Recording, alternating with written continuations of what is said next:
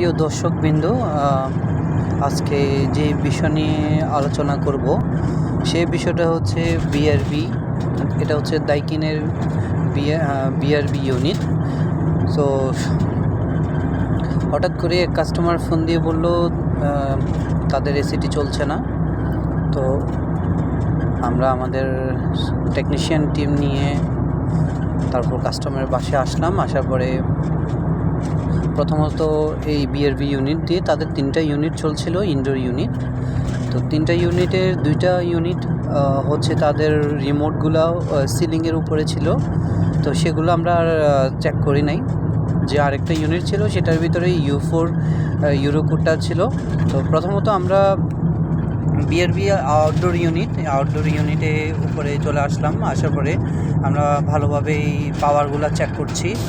তো তাদের যে পাওয়ার কেবলটা ছিল, আইসোলেটর যে সুইচ বোর্ডটা ছিল সেটা অনেক পরিমাণে পুরাতন হওয়ার কারণে সেটা কোনোভাবে খোলা যাচ্ছিল না। সো আমরা আউটডোরের যে বিআরবির পিসিবি আমরা সকল নাটগুলা কাভারগুলা খুলে ফেলেছি। খুলে ফেলার পরে আমরা এখানে পাওয়ার চেক করলাম। পাওয়ার চেক করার পরে দেখলাম পাওয়ার ঠিক আছে, ট্রিপ হয় নাই। পাওয়ার ছিল। তো আমরা চেক করার পরে দরকার ছিল আপনারা ঠিক এভাবেই করবেন। প্রথমত পাওয়ারগুলো চেক করবেন, বিআরবি আউটডোর ইউনিটের পাওয়ারটা আছে কিনা।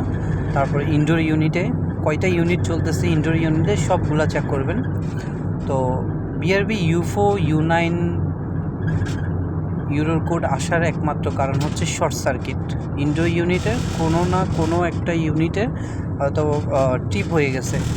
তারপর আমরা যখন দেখলাম বিআরবি উপরে আউটডোর ইউনিটে পাওয়ার ঠিক আছে, তো ইনডোর ইউনিটে চলে গেলাম। ইনডোর ইউনিটে গিয়ে দেখলাম 2টা ইউনিট পাওয়ার নাই। তার মানে ট্রিপ হয়ে গেছিলো, ইলেকট্রিক ট্রিপ হয়ে গেছিলো। পরে আমরা ইলেকট্রিক ট্রিপটা ঠিক করে দিলাম। এভাবে আপনারা U4 U9 গুলো রিফারিং করবেন। U4 U9 আসলে আপনাদেরকে বুঝতে হবে যে শর্ট সার্কিট হয়েছে।